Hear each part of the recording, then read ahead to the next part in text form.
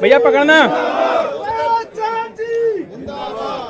इस वक्त हमारे साथ मौजूद हैं बीजेपी के युवा मोर्चा के राष्ट्रीय अध्यक्ष अनुराग ठाकुर जी। अनुराग जी, सबसे पहला सवाल युवाओं को लेकर कि 10 करोड़ मतदाता युवा जो नए आ रहे हैं, उनके लिए अब बीजेपी क्या नई सोच लेकर सामने आएगी?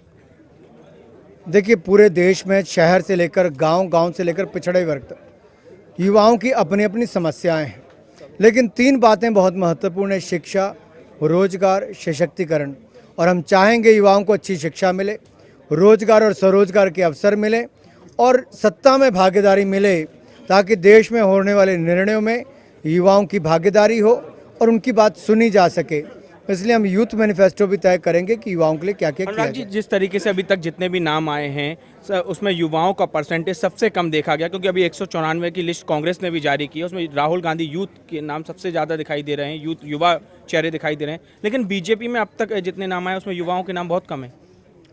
मेरा नाम पहली लिस्ट में आया था। नाम है पहली लिस्ट। मेरे साथ कई और नेताओं के नाम आए जो युवा भी हैं, उनको टिकट भी मिला है, लेकिन अभी केवल 106 सीटों पर टिकट मिला है।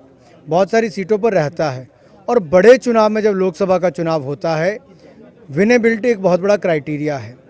यूथ होना बहुत अच्छी बात है, लेकिन कोई जीतने की क्षमता रखता है तो उसको अवश्य टिकट मिलेगी। कांग्रेस ने अपना एक बार फिर नारा चेंज कर लिया है, उन्होंने साफ कह दिया है कि अब वो अपना नए नारे के साथ अब सामने आएंगे। अब पता नहीं किस अधिकार की बात कांग्रेस पार्टी करती है। 67 वर्षों में अधिकार क्यों नहीं दे पाए? तब तो बेरोजगारी, महंगाई और भ्रष्टाचार दिया है। अब बेरोजगारी और भ्रष्टाचार के बाद अधिकार की बात करते हैं, इस पर हंसे नहीं तो और क्या करें। अरे कितनी बार इस देश की जनता को गुमराह करोगे? अब देश के लोग जाग चुके हैं, कांग्रेस की बातों में आकर गुमराह होने वाले नहीं हैं और देश के लोगों ने मन बना लिया है, मजबूत नेता देंगे, दूरदर्शी नेता देंगे, निर्णायक नेता देंगे और नरेंद्र मोदी देश को देंगे। अन्ना कल टीएमसी के साथ, ममता बनर्जी के साथ एक मंच पर दिखाई देंगे, क्योंकि अन्ना के साथ यूथ भी बहुत जुड़ा हुआ था जब उनका मूवमेंट चला था रामलीला मैदान में। तो अब क्या यूथ कुछ कम होगा कि कहीं बीजेपी को कोई खतरा दिखाई देगा, क्योंकि अन्ना अब टीएमसी के साथ खड़े थे? देखिए, भारतीय जनता पार्टी आज 250 सीटों से ज़्यादा जीत रही है। हमारा आधार बढ़ रहा है, सीटें बढ़ रही है और इसके साथ साथ आने वाले समय में गठबंधन के दल भी बढ़ेंगे। जहाँ तक ममता जी और अन्ना जी की बात है, उनको मैं कुछ नहीं कहना चाहता। लोकतंत्र में कोई भी अपना प्रचार प्रसार कर सकता है, किसी को भी अपने मंच पर ला सकता है। मैं शुभकामनाएं देता हूं, लेकिन देश के लोगों से आग्रह करता हूं, कृपया करके उन पार्टियों को वोट मत दें जिन्होंने 10 वर्षों में कांग्रेस की सरकार को समर्थन दिया।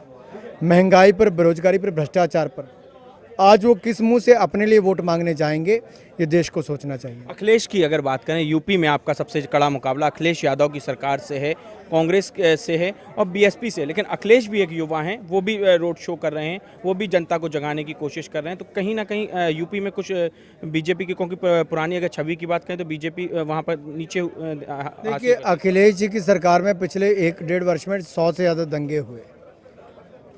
वहाँ पे अराजकता फैली हुई है, दंगे होते हैं, प्रशासन नाम की कोई चीज़ नहीं है। और इस माहौल में प्रदेश के लोग पहले ही दुखी हैं, वो कम से कम और दुखी नहीं होना चाहते उनको वोट देकर। उत्तर प्रदेश में भारतीय जनता पार्टी रिकॉर्ड सीटें इस बार जीतने वाली है, ये आज आपके चैनल के माध्यम से मैं कह रहा हूँ। ये अनुराग ठाकुर जी ने साफ कहा कि युवा चेहरा मोदी को 7 RCR तक ले जाने की कोशिश कर रहा है और मोदी ही 7 RCR तक पहुंचेंगे।